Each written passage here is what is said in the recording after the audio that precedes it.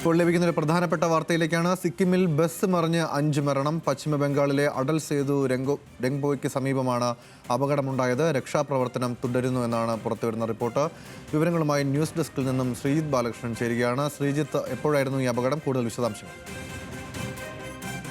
ഗൗതം, സിലിഗുരിയിൽ നിന്നും സിക്കിമിലെ ഗാംഗ്ടോക്കിലേക്ക് പോയ ബസ്സാണ് അപകടത്തിൽപ്പെട്ടത്. ടീസ്റ്റ നദിയിലേക്ക് വലിയ ആഴത്തിലുള്ള ടീസ്റ്റ നദിയിലേക്ക് ഈ ബസ് മറിയുകയായിരുന്നു. ഏതാണ്ട് 4 പേരെങ്കിലും മരിച്ചിട്ടുണ്ടെന്നാണ് പ്രാഥമിക വിവരം. 24 പേരാണ് ബസ്സിൽ ഉണ്ടായിരുന്നത്. അത് സിക്കിമിന്റെയും കരിബോങ്ങിന്റെയും അതിർത്തിയിലുള്ള നെങ്പൂരിന് സമീപമാണ് അപകടമുണ്ടായത്. ബസ് നിയന്ത്രണം വിട്ട് കൊക്കയിലേക്ക്, അതായത് ഏതാണ്ട് 100 അടിയോളം താഴെയുള്ള കൊക്കയിലേക്കാണ് ബസ് മറിഞ്ഞിട്ടുള്ളത്. ജലനിരപ്പ് താഴ്ന്നതിനാൽ രക്ഷാപ്രവർത്തനം എളുപ്പത്തിലാകുമെന്നാണ് പ്രതീക്ഷിക്കുന്നത്. പക്ഷേ ബസ് തീരത്ത് കുടുങ്ങിക്കിടക്കുകയാണ്. ആ രൂപത്തിലാണ് ദൃശ്യങ്ങൾ നമുക്ക് ലഭ്യമായിട്ടുള്ളത്. എന്തായാലും രക്ഷാപ്രവർത്തനം ഇപ്പോൾ ആരംഭിച്ചിട്ടുണ്ട്.